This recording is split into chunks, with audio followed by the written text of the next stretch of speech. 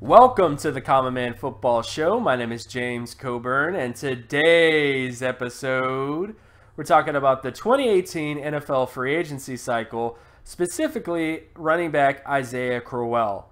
And again, this is another video where we're going to be diving into analytics and how analytics can help you in terms of free agency and just kind of looking at everything, looking at what the pre-draft profile was like, looking at what they have done, what they've done in the NFL, and just to give you a perspective in terms of what value that should they hold or what value should you give a player based on various sort of data and different sort of analytics.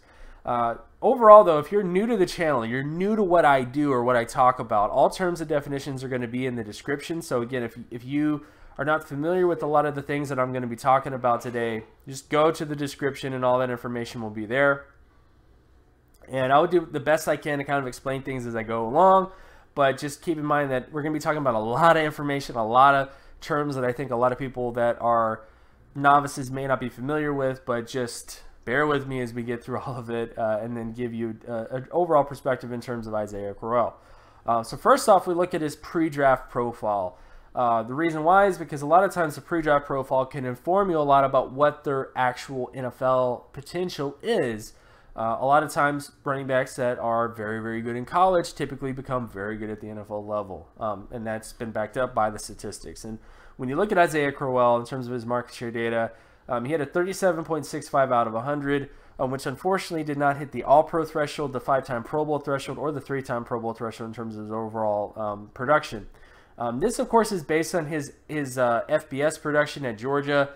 I didn't include what he did at Alabama State because that was Alabama State. But this is basically single season production. So this is based on the 1 year that he was at Georgia, how well he did in that one particular year. And based on that data, again, he did not hit the All-Pro threshold, the 5-time Pro Bowl threshold, or the 3-time Pro Bowl threshold in terms of overall production. So it's very unlikely that he would become a multiple Pro Bowl type because of that. Then, of course, when you look at his athleticism data, he had a 88.20 explosive lower body strength score, a 79.92 speed score, and a 34.39 flexibility score. Based on my data since the 1999 NFL draft class, when it comes to running backs, you need to have 179 or higher athleticism score to be considered a multiple All-Pro to Pro Bowl type, meaning that every single multiple Pro Bowl or multiple All-Pro running back had at least 179 or higher athleticism trait. And when it comes to Isaiah Crowell, he has 2, but the issue he has is in terms of flexibility testing. The bottom end threshold for multiple All-Pro to Pro Bowl running backs when it comes to flexibility is 39.6 out of 100, meaning that is the minimum score you have to become a multiple All-Pro to Pro Bowl type. And Isaiah Crowell had a 34.39 out of 100. So above average explosiveness, above average speed, or at least to say he has Pro Bowl All-Pro potential explosiveness, Pro Bowl All-Pro potential speed, but doesn't have Pro Bowl or All-Pro potential flexibility for his size. So those are the only sort of issues that Isaiah Crowell has, is that his athleticism doesn't quite match up with the All-Pro to Pro Bowl player because of flexibility, and his production doesn't really match up with the All-Pro to Pro Bowl player either. And then when you look at his actual production at the NFL level, he's been pretty decent. When you look at MSPY, that is passing yardage market share. Basically, it's what his receiving market share is, and then OMS is overall market share. So OMS is essentially bell cow, like receiving plus rushing, if you will, is how these scores are kind of taken into account since 1969. And when it comes to Isaiah Crowell, he's been pretty bell cow-y-ish. 2016 had a 90-plus percentile year as a bell cow back, 85.52 in 2017. 2015 was not exactly 80 percentile, and then 2014 was really not very close either in terms of his overall data. Again, overall, Isaiah Crowell has put up some decent years here and there in terms of his overall offensive market share, but hasn't exactly been amazing throughout his entire career. And then when you look at the micro data, so now we're going to look at first down conversion rate with the run. Essentially what we're looking at here in this chart is the ability to convert first downs into first down, second downs into first down, and third downs into first down, and of course fourth downs into first down. So it basically is a running back's ability to convert with the run into a first down. And when you look at Isaiah Crowell, he's been good at certain things. First down, the ability to convert first down into first down has been something that he's done pretty well throughout his career, for the most part. Third down, his ability to convert third down runs into first down has been pretty decent. Second down has been a little inconsistent, and he's never really had a season where he's been above average on all downs. So he's never had one year where he was above average on first down, second down, and third down in terms of his ability to convert those downs into first down. So those are really the only sort of issues with Isaiah Crowell as a rusher.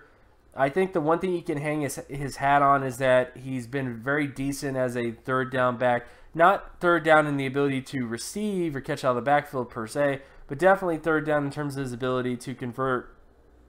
You know, like if you hand him the ball off on third down, there's a very good chance that he could convert those into, you know, first down. So that's kind of a good thing that Isaiah Crowell does as a runner. And then when you look at him as a receiver, in terms of his ability to convert first downs into first down, second downs into first down, third downs into first down, and fourth downs into first down, based on his ability to catch the ball out of the backfield and those types of things. So again, this is basically passing yardage conversion rate, if you will, or passing conversion rate. So, you know, basically receiving ability. So how often a running back catches the football and turns that into a first down, that's basically what this is looking at. When you look at Isaiah Crowell, he's been inconsistent on first down, inconsistent on second down, but pretty decent in terms of third down. In fact, he's been really fantastic in terms of his ability to convert third downs into first down in 2015, 2016, and even 2017 he was above average in terms of that ability. So I think the biggest thing that you can say about Isaiah Crowell is as a third down back, he's not that bad. I mean, again, the only issue with him is as a all-around running back, there's not a lot to kind of hang your hat on here. Because if you look at him as a runner, he's inconsistent on certain downs. When you look at him as a receiver, he's inconsistent on certain downs as well. Because you do get certain things that are very good. You know, third down ability is definitely there. But, you know, when you're talking about a bell cow back or a back to be the main guy, you want him to be above average on every down, you know. And that's the only issue with Isaiah Crowell is that he's had certain downs that he's done really well, but not every down has been that amazing, and that is kind of that's the issue that you have to wrap your head around with him for the most part. However, I do think as a third down back, there's a lot of potential here, and I think if you focus on those, you know, on bringing him in to do those specific things, I think you'll get a lot out of him. Now, based on his production profile coming out of college, again, being a multiple All-Pro Pro Bowl type just doesn't really seem to be in the cards for him. Nor does his athleticism, because of his flexibility, does he look like an All-Pro Pro Bowl type. But I think if you sign Crowell as a committee back, who you bring in to help you out on third down, I think there's a lot of value here. So, again, value Crowell as a third down back. You know, you bring into a committee and you have him be your third down back. But I would not pay him a ton of money expecting him to become a multiple All-Pro to Pro Bowl guy, because he just isn't quite that, nor has he had the consistency. Because again, when you look at his overall data, first down, second down, third down, whether it's through the run or through the pass, he's not been very consistent across the board in any one season. So those are the only things you have to worry about with him. And of course, my name is James Coburn. You can find my other work at draftcoburn.wordpress.com. You can also follow me on Twitter at Jimmetrics. And if you like this content and you want more content like this, be sure to leave a like and subscribe. Share this video as well with anybody that you know. Hit that notification button so that you're always reminded when another video of mine drops. And I'll talk to you guys in the next video. Peace.